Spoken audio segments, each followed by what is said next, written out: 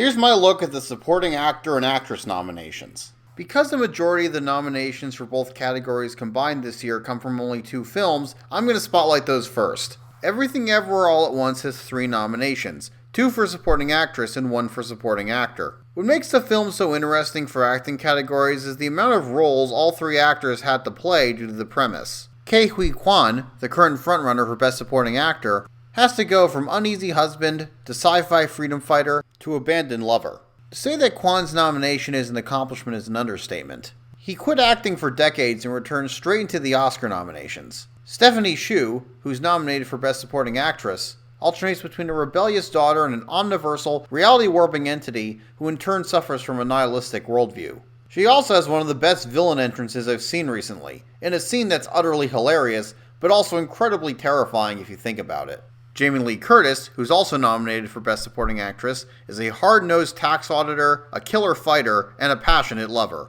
You're unlikely to see nominated performances like these again anytime soon.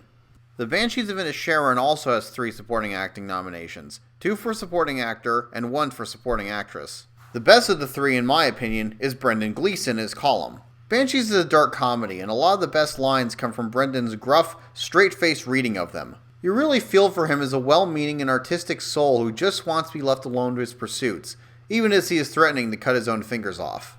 Barry Keoghan also does a great job with the tone balance.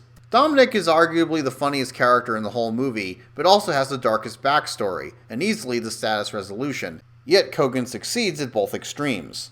Finally, Kerry Condon is nominated for Best Supporting Actress for her role as Paul Rudd's sister Siobhan. Actually, I do have an issue with Gleeson being nominated compared to Keoghan and Condon because I'd argue that he and Colin Farrell share main character duties equally, and if he is in any way a supporting actor, it's not much less compared to Farrell's role. But the Academy thinks what it thinks.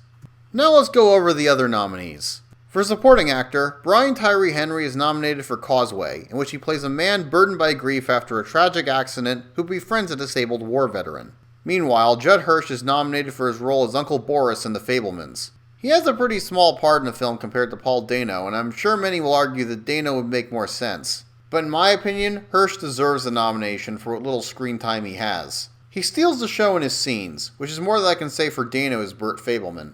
For Best Supporting Actress, Hong Chow is nominated for her great performance in The Whale as Liz, Charlie's caregiver and friend. She gave an emotionally intense performance that really conveys the pain of the character, both in the idea that Charlie might die, and other details that I won't spoil. But it's the current frontrunner for Best Supporting Actress that's interesting. A lot of people are predicting Angela Bassett might win for her performance as Queen Ramonda in Black Panther: Wakanda Forever. Superhero movies aren't exactly acting showcases, but Bassett gave a powerful performance, one that was no doubt influenced by the death of Chadwick Boseman.